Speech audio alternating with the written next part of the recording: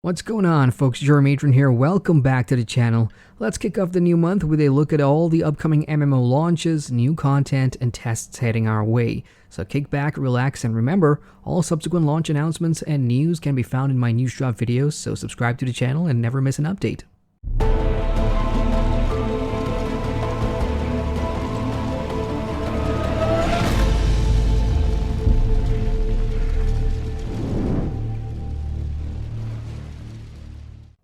Let's begin with brand new MMORPG launches in May 2020 across all platforms, and first up is sci-fi survival MMO Population Zero, which enters Steam Early Access on the 5th of May.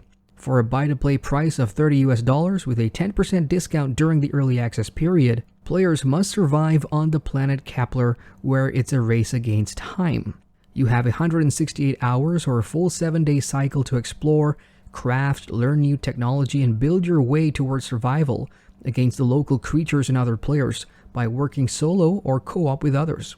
There's PvE and PvP modes, and really the main selling point about this MMO is that it cycles, and all of it restarts after 7 days, but players keep their account progression in terms of crafting recipes learned and technologies researched. Over time, as the game's development continues, its makers, Nplex Games, aims to add more modes, lore, story mysteries, new mechanics, and new regions to discover on planet Kepler. If you already own a Founders Pack, you should get your Steam keys in the mail in the coming days.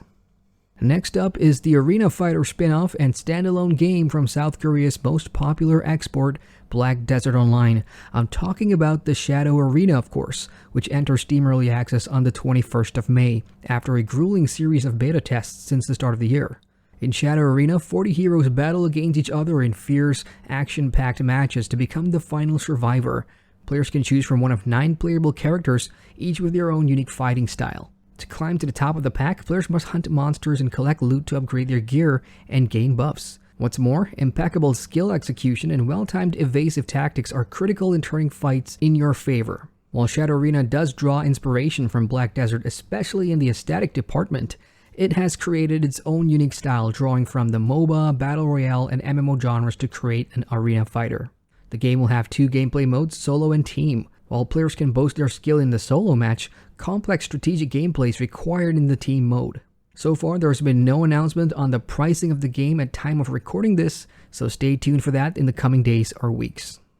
Moving on, Sega's Phantasy Star Online 2 will also be launching this month on the PC to join its Xbox One brethren who recently enjoyed launch as well, and the developers have set a vague late May 2020 timeline. This 2012 MMORPG will be free to play with an optional cash up, but it's also a Microsoft Store exclusive, so if you're hoping that the rumors of a Steam launch was true, unfortunately, tough luck. Anyway, in PSO2, you can pretty much expect the same deal from the Xbox or Japanese versions if you've played it before. You can pick from 4 different races and journey through a narrative-driven world with procedurally generated environments, landscape events, and raids with a maximum of 12 players a party. From what we've seen happening so far with the console version, Sega's been killing it pretty much with the in-game events and crossover festivals to add to the 3 years worth of content you can quest through from the Japanese version of the game. On a final note, crossplay between PC and Xbox One will be available at launch. In the mobile MMO category, we do have one new release this month, and it's the English version of Blade and Soul Revolution, which launches on May 14th, starting in the Southeast Asian region. As the name implies, Revolution is based off the main Blade and Soul MMORPG from NCSoft, containing the same stories, characters, and classes that you're already familiar with. It's not a spin-off game at all, and it closely follows the original story, with all the cinematics and voiceovers included. You have the PvE campaign, group content with the raids, PvP duels, faction wars, and arenas. The game's martial arts action combat has been recreated here to sync with the mobile interface and controls, and there's even a unique sync attack gimmick where you pull off joint combos with your teammates and party members. It's free to play, and you can already pre-register for it on the Google Play app and the App Store for some launch goodies. And because Netmarble is involved, expect to see Revolution hit North America and EU in the coming months, just like it did for Lineage 2 Revolution. Let's now move on to upcoming confirmed MMO tests happening this month, and perhaps the most important of the lot, and certainly the most anticipated, is the Alpha 1 test for Intrepid's Ashes of Creation MMORPG. It's been a long journey indeed, from an announcement to the Kickstarter campaign, and here we are years later, where the earliest backers have a chance to finally play some version of a working game that isn't a battle royale. No confirmed date has been set in May for the beginning of the Alpha 1 test, but invites will be sent out in waves to all the Alpha 1 backers. The first few tests will be limited to single-day sessions and progressively, over several months, evolve into weekend testing periods. As the game becomes more stable during these tests, more players will be trickled in, and everyone from the Phoenix Initiative tier and above will get a chance. So if that's you, then do the rest of us who aren't so lucky a favor and just break stuff and treat the alpha like an alpha. That's all for tests, unfortunately, because there's been so many delays and unconfirmed stuff going around. Like, there's a word of another round of tests for Blue Protocol, or even the WoW Shadowlands pre-patch, all of which are just rumors at this point, so I'm skipping that and will update you folks in my weekly news drop videos if I hear anything new. Onward to new MMO content drops now, and the biggest launch this month goes to the Elder Scrolls Online and the release of Update 26, the GREYMOOR chapter, which comes to the PC on May the 26th. This will be ESO's 4th chapter overall and the 2nd update of this year's Dark Heart of Skyrim storyline. Players will be heading back to the fan-favorite zone of Skyrim for an all-new storyline involving vampires and the return of some main story characters to boot. The chapter includes Western Skyrim and the Blackreach play areas, 6 new world bosses, 6 new delves, 2 new public dungeons, dormant volcanoes to explore, and a new landscape activity called Harrowstorms, which is a new version of Dark Anchors. There's new content in the form of antiquities as well, which adds a new skill line and relic hunting content, which rewards players of all kinds. The prologue quest is already available and the full chapter can be played on the PDS right now. We've also learned this past week that Guild Wars 2 will be launching the trailer for episode 3 of its Icebrood saga titled No Quarters in the coming days, which also means that the full release is just around the corner. Now, ArenaNet don't usually announce dates until it's absolutely certain of a window, which means that the full trailer should have that date, and traditionally, launch takes place between 2 to 4 weeks after a trailer drops, so we're hoping for a final week of May release at best. But due to the pandemic and what have you, this could be pushed back to June, so stay tuned for updates. Isometric sandbox MMORPG Albion Online will be launching its Queen Patch 11, also known as the Season 9 patch, on the 5th of May. This patch will introduce outland banks for players and guilds that inhabit that area, and it can be unlocked with a one-time silver payment and used forever. But do watch out, because while they offer protection for your gear, these banks are placed in full loot PvP zones.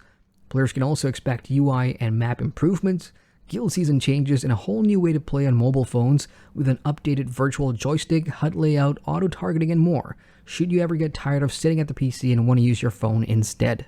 Another sandbox MMO, Legends of ARIA, will also be releasing some new content this month, and while the exact date is yet to be revealed, we do know what's coming.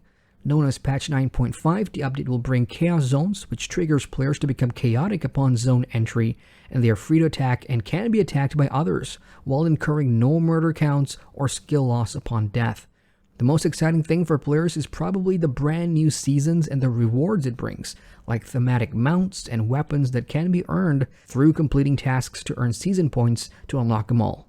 Voxel MMO Trove could also very possibly drop its latest update called Delves this month, having previously mentioned a Spring 2020 launch, and it's the last month of spring. The Delve update is a new type of gameplay that combines the fun of geode caves with procedurally generated endless combat. You and your friends can run through a delve, complete its objective, then defeat the boss quickly for rewards, and then keep going deeper for the next set of challenges. Delves have already hit the PDS to try out if you want to give it a go right now. There's also EVE Online, and CCP will drop the Forsaken Fortress update on the 26th of May. With this update, there will be a new state introduced to structures in-game which will help the devs and players tidy up the universe, as I understand it. Because there have been so many structures built over the years, many are no longer in use, and the new abandoned state will now be applied to these structures. So that means if it gets abandoned, there's no reinforcement phases, no tethering, and no item safety. And if you have a lot of money invested in these, you could lose a lot if you haven't been maintaining your stuff. And finally, let's wrap this up with closures, and unfortunately we do have an MMORPG shutting down this month, and it's Nexon's MapleStory 2 in the West. The lights officially go out on the 27th of May, and MapleStory 2 will live on in South Korea, and affected players are welcome to check out the first game, which recently celebrated its 15th anniversary. There will be some welcome goodie packs and XP buffs for all refugees. MapleStory 2 launched 2 years ago in the West and was pretty well received at launch, but that didn't last very long. If you want to hear more about MapleStory 2, its systems and features one last time, you can check out my full review from launch. Link is in the card on the top right of the screen. And that's it, folks. Again, for all subsequent launches and announcements that's going to be coming in the next few days and weeks, hang tight for the weekend news drops. If there's something I missed this early on in the month, it's not intentional, and do feel free to share what else is coming our way in the comments section down below. Wishing you folks a fantastic month of gaming ahead, keep safe, and I'll see you all in the next video. Hit the like button for the love of MMOs, and feel free to subscribe to the channel and get notified whenever a new video is up. Once again, I'm Adrian, and I thank you for watching.